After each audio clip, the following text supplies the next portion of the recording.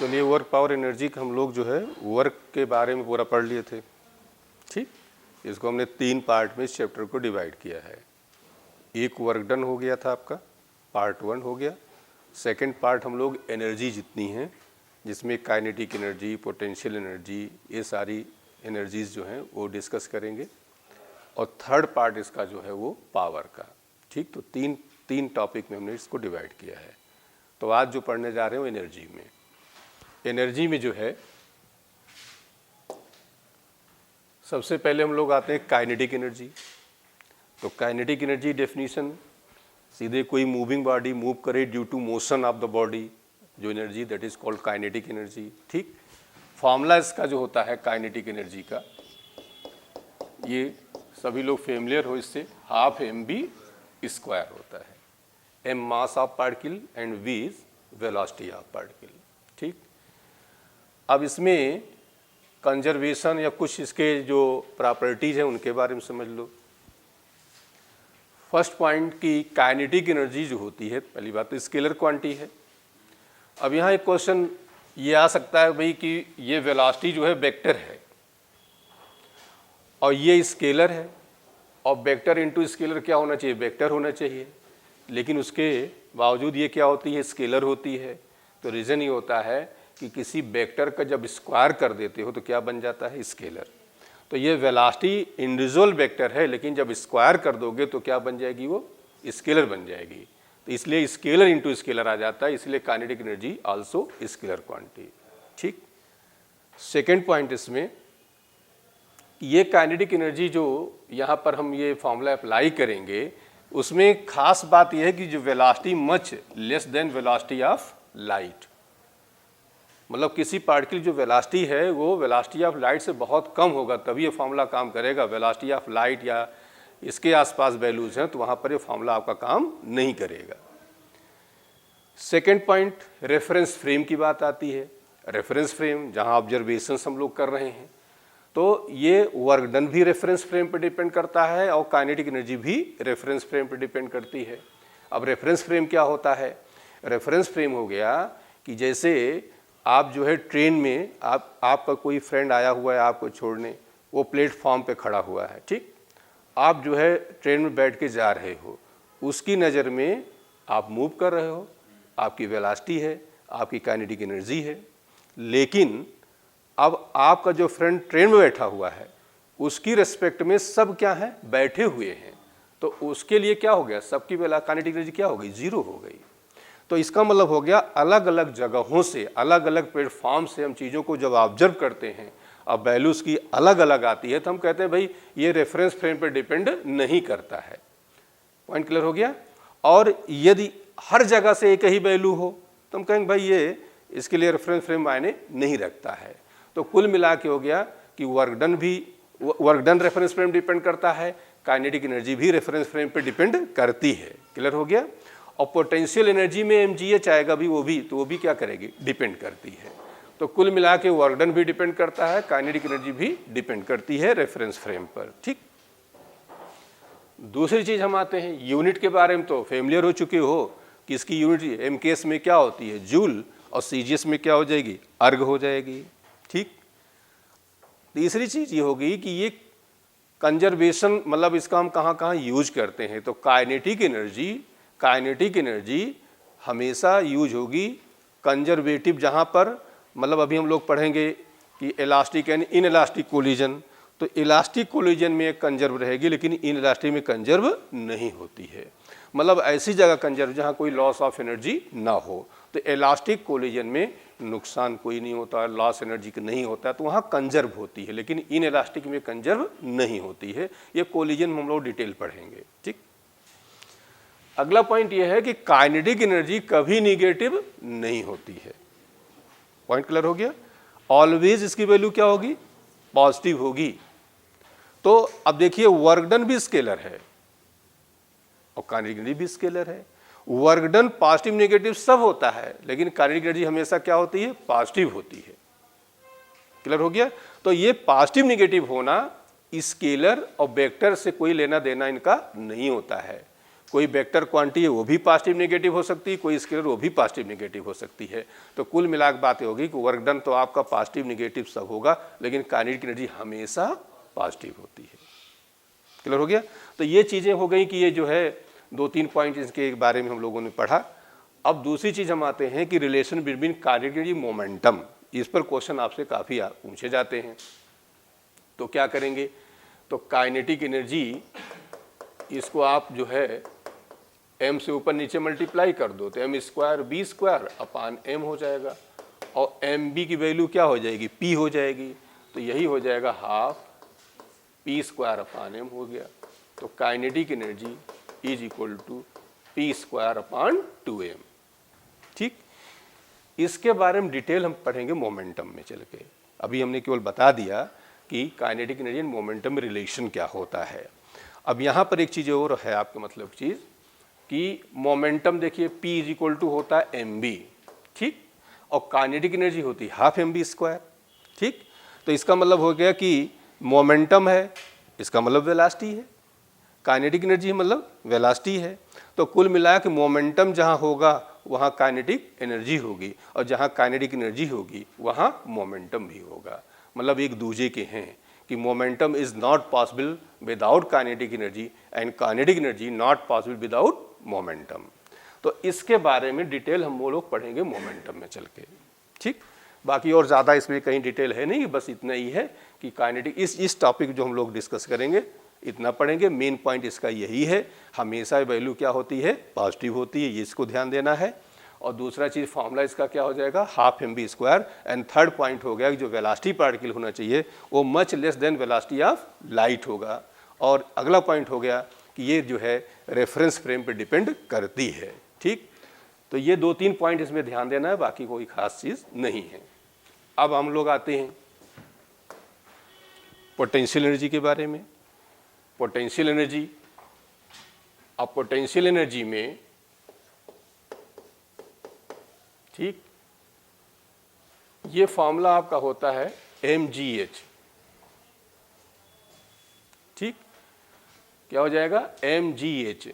m जो है वो क्या है, मास हो गया बॉडी का, g जान ही रहे हो, h हो गया हाइट। अब इसके बारे में ध्यान समझिए, इसकी भी यूनिट क्या हो जाती है, जूल होती है। ए भी क्या होती है, स्केलर होती है। लेकिन पोटेंशियल एनर्जी पॉजिटिव नेगेटिव सब होती है कि potential may be positive and may be negative. ठीक, काइनेटिक एनर्जी ऑलवेज पॉजिटिव। तो ये चीज़ ये ध्यान देना है। ये भी आपका रेफरेंस फ्रेम पे डिपेंड करेगा। ठीक, क्योंकि हाइट है, हाइट अलग अलग तो नेचुरल सी बात है। तो work done, kinetic energy, potential energy सारे रेफरेंस फ्रेम पे डिपेंड करते हैं। तो अब जरा हम इसके बारे में थोड़ा सा और डेप्थ लेते हैं, एच के बारे में। ठीक, देखिए ये कोई बॉडी है, ठीक, ये कोई पॉइंट पार्टिकल टाइप का है और इसकी हाइट आपकी एच है। ठीक, ये कोई पार्टिकल ऐसे ग्राउंड पे रखा हुआ है, ये कोई पॉइंट आपका पॉइंट पार्टिकल यहाँ पे है।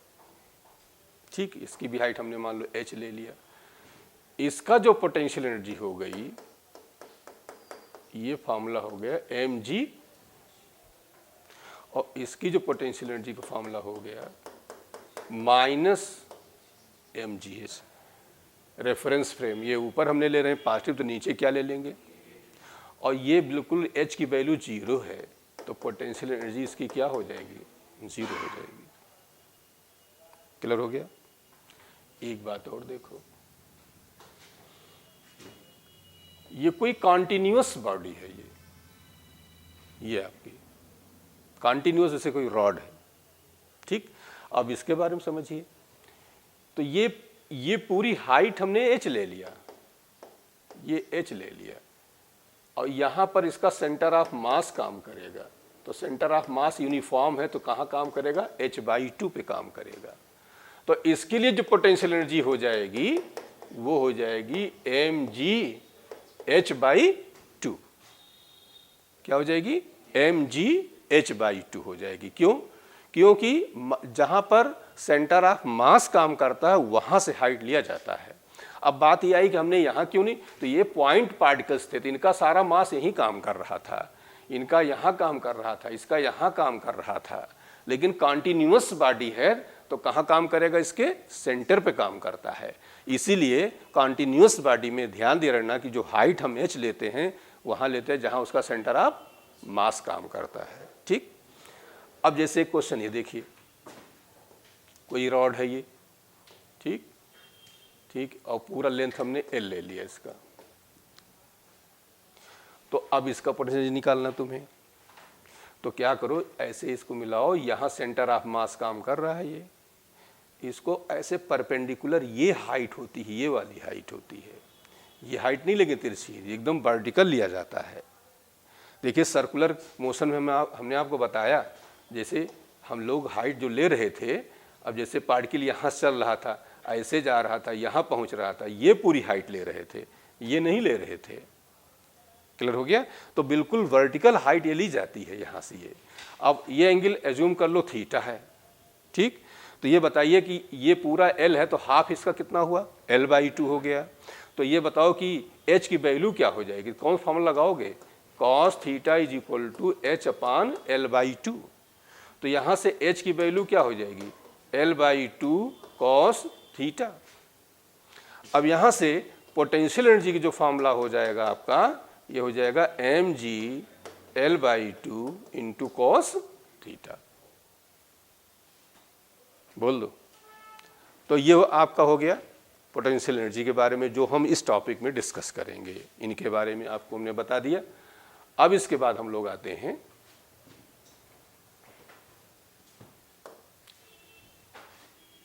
क्वेश्चंस इस पर जो हैं, ठीक। अच्छा, एक चीज और थोड़ा सा हम डिस्कस कर लें इसी पे, तब क्वेश्चन पे आते हैं। इधर देखिए,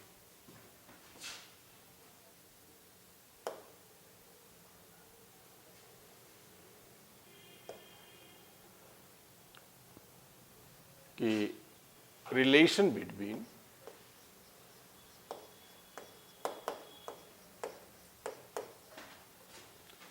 फोर्स एंड पोटेंशियल एनर्जी, ठीक, एक टॉपिक आपका ये है, इसके बारे में आते हैं। ये जो होता है F is equal to minus du/dx, ठीक, F is equal to minus du/dx।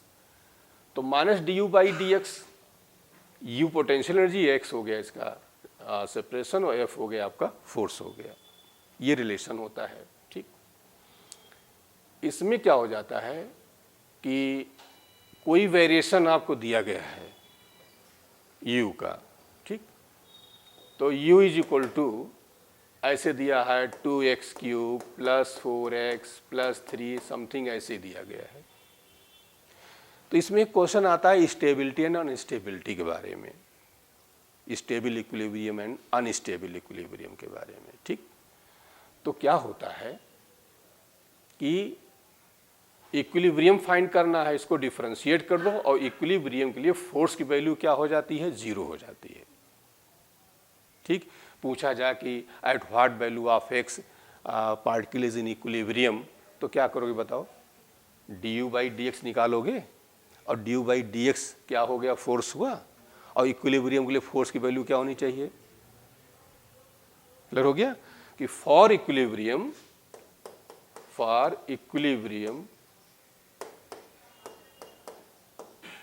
du/dx is equal to, क्यों 0, क्योंकि du/dx है क्या, फोर्स होता है।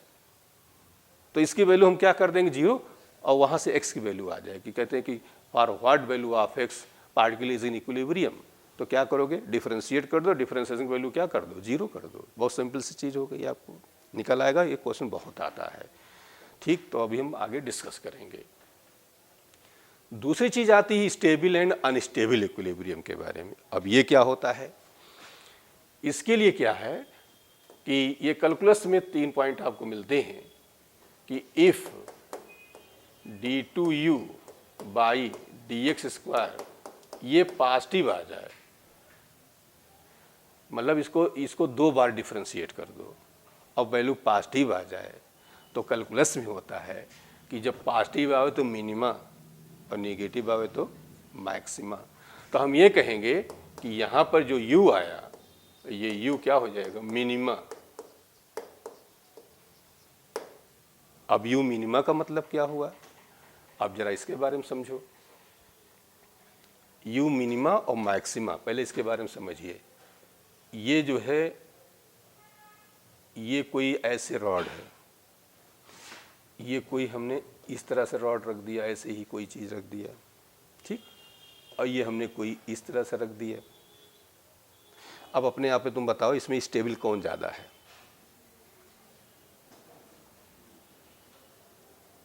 ये वाला स्टेबल है, बोलो कैसे पता। और ये क्या हुआ, अनस्टेबल हुआ।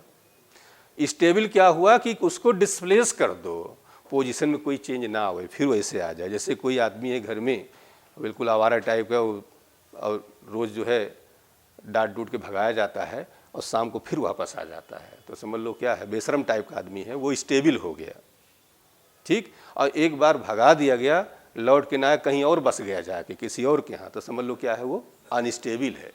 और एक आदमी वो है जो भागता ही नहीं, घर ही में है, चाहे इतना लतियाया जा रहा हो, तो वो क्या हो गया, न्यूट्रल टाइप का आदमी है। तो 3 टाइप के लोग होते हैं, वैसे 3 टाइप की यहाँ पर आपकी स्टेबिलिटी होती है। अब यहाँ क्या हो, इसको थोड़ा सा फोर्स लगाओगे, ये गिर जाएगा, वापस लौट के नहीं आएगा, ये अनस्टेबल हो गया। और ये क्या हो गया, स्टेबल हो गया। डिस्प्लेस करोगे फिर वैसे हो जाएगा। और ये क्या हुआ, आप कुछ भी करते रहो, इसकी पोजीशन में कोई चेंज, तो ये क्या होगा, न्यूट्रल इक्विलिब्रियम कहा जाता है। तो 3 इक्विलिब्रियम आपके हो गए। ये आपका कौन सा हो जाएगा, अनस्टेबल इक्विलिब्रियम। ये कौन सा हो जाएगा, स्टेबल हो जाएगा। ये क्या हो जाएगा, न्यूट्रल इक्विलिब्रियम हुआ। कैसे हमने कहा, हमने हाइट से कहा, और हाइट डिपेंड करती है किस पर, पोटेंशियल एनर्जी डिपेंड करती है। इसका मतलब हो गया इसकी सेंटर ऑफ मास ज़्यादा पे है, ये क्या हुआ, अनस्टेबल हुआ। इसका सेंटर ऑफ मास लोएस्ट है, तो ये क्या हुआ, स्टेबल हो गया। इसीलिए जो बड़े लोग होते हैं, बड़े मतलब धन में नहीं, हाइट में जो बड़े हैं, वो दौड़ने में थोड़ा, बरसात आदत में क्या है, थोड़ा संभल के दौड़ते हैं, कि क्योंकि अनस्टेबल होते हैं, सेंटर ऑफ मास जरा इधर उधर हुआ गिर जाएंगे।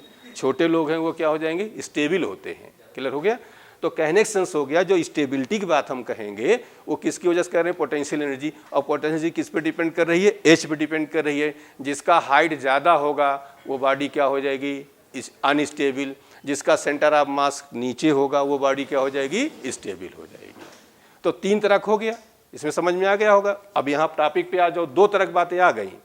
एक तो सिंपली ऐसे हम बता सकते हैं, हाइट से बता सकते हैं, और दूसरा मैथमेटिकल कैलकुलेशन से बता सकते हैं। और मैथमेटिकल कैलकुलेशंस क्या है, कोई क्वेश्चन आपको दे दिया गया और तुमसे ये पूछ लिया गया कि भाई ये बताओ कि ये पार्टिकल हमारा स्टेबल इक्विलिब्रियम है कि अनस्टेबल इक्विलिब्रियम है, तो ये हम कैसे फाइंड करेंगे। उसके लिए हमारे पास ये 3 रास्ते रहते हैं कि 2 बार डिफ्रेंशिएट कर दो, वैल्यू पॉजिटिव आ जाए तो you minimum.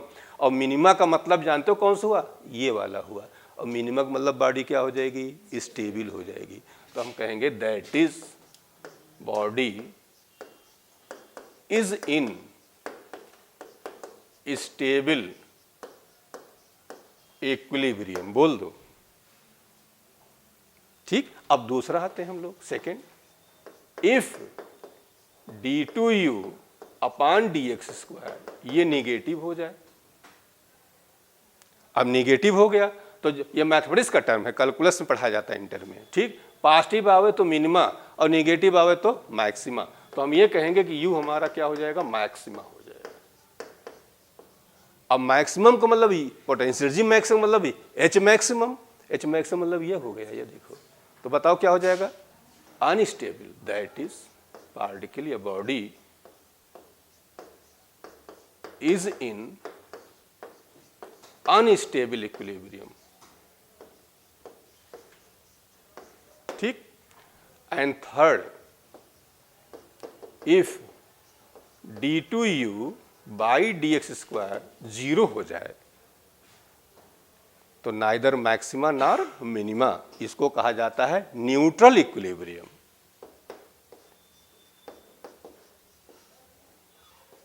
Neither minima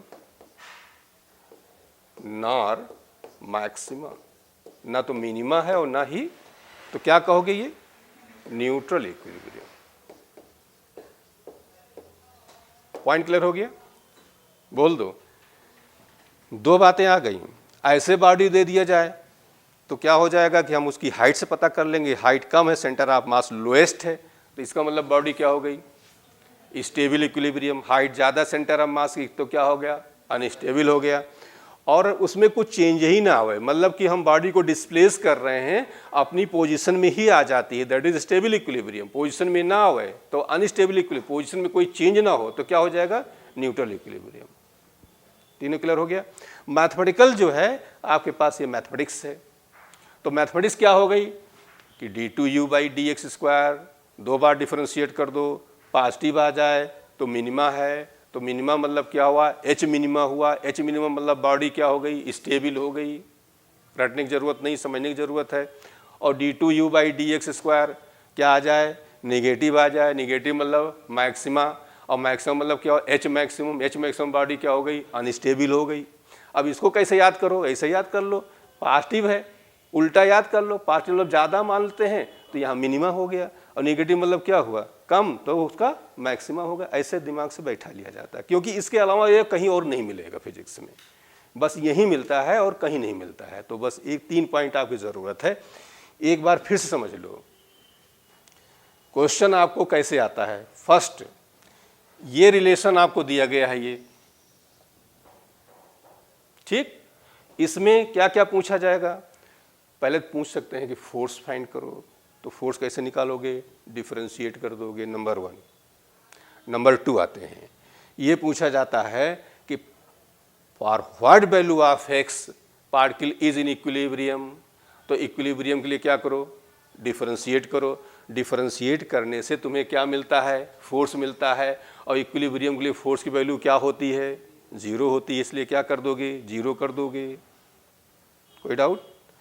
third question आपको जो फ्रेम होगा वो ये फ्रेम होता है कि मैथमेटिकल कैलकुलेशन दिए गए हैं, अब आपसे पूछा जाएगा कि बॉडी इक्विलिब्रियम है, कैसा इक्विलिब्रियम है? तो 2 बार डिफरेंशिएट कर दो, पॉजिटिव आ जाए तो क्या हुआ? मिनिमा, मतलब क्या हुआ? Stable equilibrium. इक्विलिब्रियम आपका 3 टाइप का होता है, stable equilibrium, unstable equilibrium and neutral. तो क्या हुआ? पॉजिटिव आया तो मिनिमा, मिनिमा मतलब क्या हुआ? स्टेबल।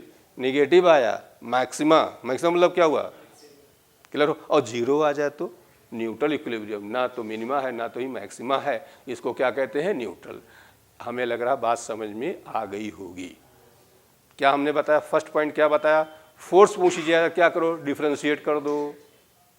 सेकंड हमने क्या बता दिया कि एक्स की किस वैल्यू पे इक्विलिब्रियम है, तो डिफरेंशिएट करके वैल्यू क्या करोगे? 0। थर्ड हमने क्या बता दिया? थर्ड ये बता दिया कि उसको जो है तुमसे पूछेंगे स्टेबल अनस्टेबल इक्विलिब्रियम, तो 2 बार डिफरेंशिएट कर दो, वैल्यू आपकी पॉजिटिव आ जाए तो क्या हो जाएगा? स्टेबल। नेगेटिव आ जाए तो क्या हो जाएगा? अनस्टेबल। 0 आ जाए तो क्या होगा? न्यूट्रल इक्विलिब्रियम हो जाएगा ना। दूसरा क्वेश्चन इस पर जो फ्रेम होता है उसके बारे में समझिए।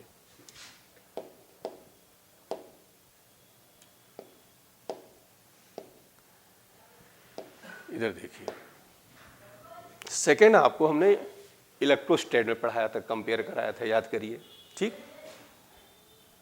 F इज इक्वल टू ये है -du/dx, तो क्या करो? Fx is equal to F is equal to Fxi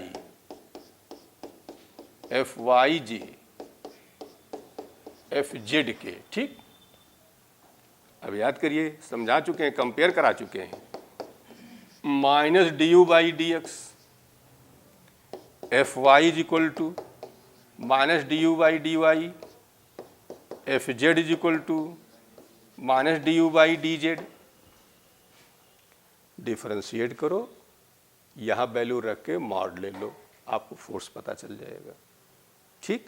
अब जैसे एग्जाम्पल ले लेते हैं, u इज इक्वल टू दिया 2x + 3, तो केवल du/dx निकाल लीजिए। u इज इक्वल टू आपको दिया 2x + 3y, तो आपको ये भी निकालना पड़ेगा, ये भी निकालना पड़ेगा। u इज इक्वल टू आपको दिया 2xy 3yz समथिंग इस तरह दिया है, तो x भी निकालना है, y भी निकालना है और z भी निकालना है। लेकिन तुम्हारे यहाँ जो लेवल है, औकात है, वो इसी की है। u बराबर x के वेरिएशन दे देंगे, y में दे देंगे और आपसे पूछ लेंगे। तो एक तो आपके ये चीज़ हो गया, ठीक। सेकंड देखिए, अब यहीं से u इज इक्वल टू क्या हो जाएगा, f dx हुआ।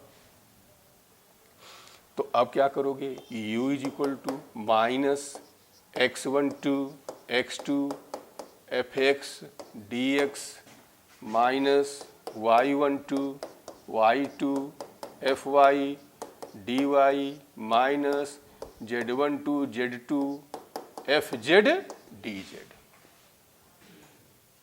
क्लियर हो गया? बिल्कुल याद करिए, किसके सिमिलर हमने आपको बताया था, याद करो। E is equal to minus d v by d x compare कराया था, बोल दो, दोनों रिलेशन देखो सेम है एकदम। और इसी तरह से हमने आपको कंपेयर कराया था, मतलब ये वाला आपका हो गया था B is equal to minus e d x, याद आया? वहाँ इस पर खूब क्वेश्चन आते हैं, तो वहाँ पर जैसे कियो बिल्कुल ऐसे क्वेश्चन आपके यहाँ पे हैं। तो इस मामले में इसमें जो हमने बताया, कई टाइप के प्रॉब्लम्स आपको मिल रही हैं। एक तो वो बता दिया और एक इधर बता दिया, और हमें लग रहा है सभी लोग कर लोगे, क्योंकि तीन ही फॉर्मूले डिफरेंशिएशन के और तीन ही फॉर्मूले इंटीग्रेशन के, इसी से काम चल जाता है आपको। क्लियर हुआ? तो हम आगे बढ़ रहे हैं। अब हम लोग क्वेश्चंस पे आ जाते हैं, ठीक। क्वेश्चन है पार्टिकल रिलीज्ड, ठीक। अच्छा, दूसरा एक कंजर्वेशन एनर्जी का कॉन्सेप्ट जरा समझ लो। कंजर्वेशन एनर्जी में क्या किया करो, लॉस और गेन के चक्कर ना पड़ो, सीधा सिंपल सा बात है, जहाँ से पार्टिकल चले वहाँ टोटल एनर्जी, जहाँ पहुँचे वहाँ टोटल एनर्जी, ठीक। दोनों निकाल के इक्वल कर दिया करो। दूसरा एक रिलेशन और ये है कि W इज इक्वल टू होता है वर्क डन में चेंज इन पोटेंशियल एनर्जी, इसकी हमें ज़रूरत पड़ेगी। ओके, अब हम लोग क्वेश्चंस पे आते हैं। जो है particly released from height s from the surface of the earth, ये हाइट s है, यहां से रिलीज किया जा रहा है, it means u is equal to 0। At certain height its kinetic energy 3 times its potential energy. मान लो यहां पे आ गए, यहां जो काइनेटिक एनर्जी है पोटेंशियल का कितना हो रहा है, 3 टाइम्स हो रहा है, ठीक। ये पूरी हाइट s है, ये पूरी हाइट s है। तो ये हाइट, ये वाली हाइट हम ले रहे हैं कि चलो x ले लिया हमने, तो बताओ ये बची कितनी है, ये बची हमारी s माइनस एक्स, ठीक। ये पॉइंट हमने a ले लिया, एक पॉइंट हमने b ले लिया, पॉइंट c ले लिया।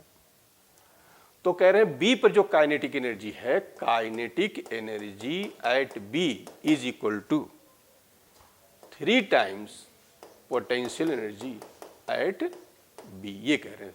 देखिए पढ़िए, s from the surface at certain height its kinetic energy 3 times its potential energy, ठीक। तो हमने ये सर्टेन पॉइंट ये मान लिया। The height from the surface of the earth and the speed of the particle at that instant और respectively, यहाँ पर हमें वेलोसिटी निकालनी है, the height from the surface. तो ये हाइट हमें निकालना है, x निकालना, वेलोसिटी निकालनी है। चलो बताओ, ये बताओ कि पहले तो यहाँ पर तुम वेलोसिटी सीधे निकाल सकते हो। कैसे निकालोगे बताओ, इक्वेशन ऑफ मोशन लगा दो।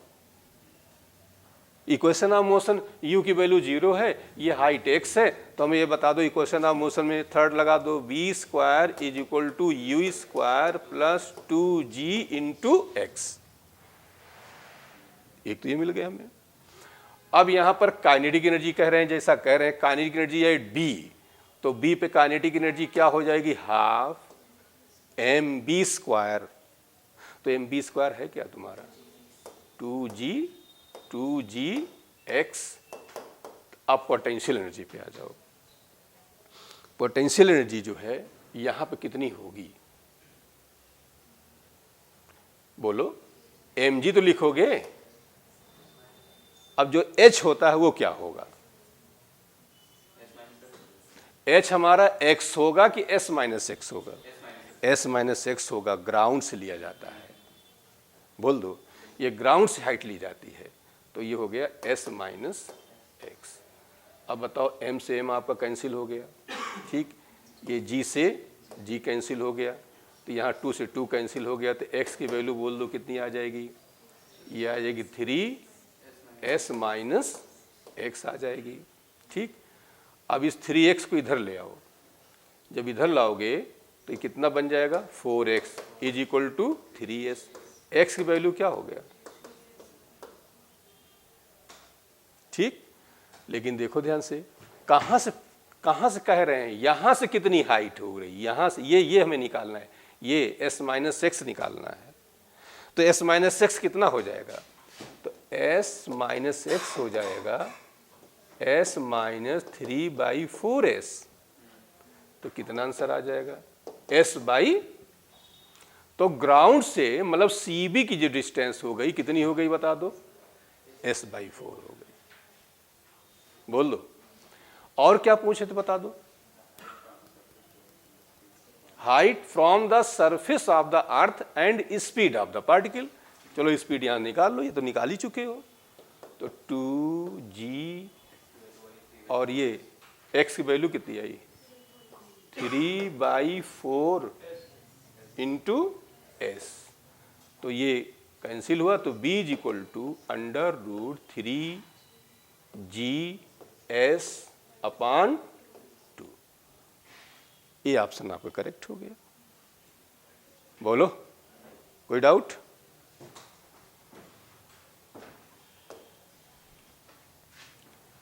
Question number 15। अब इसमें देखिए क्या दिया है आपको,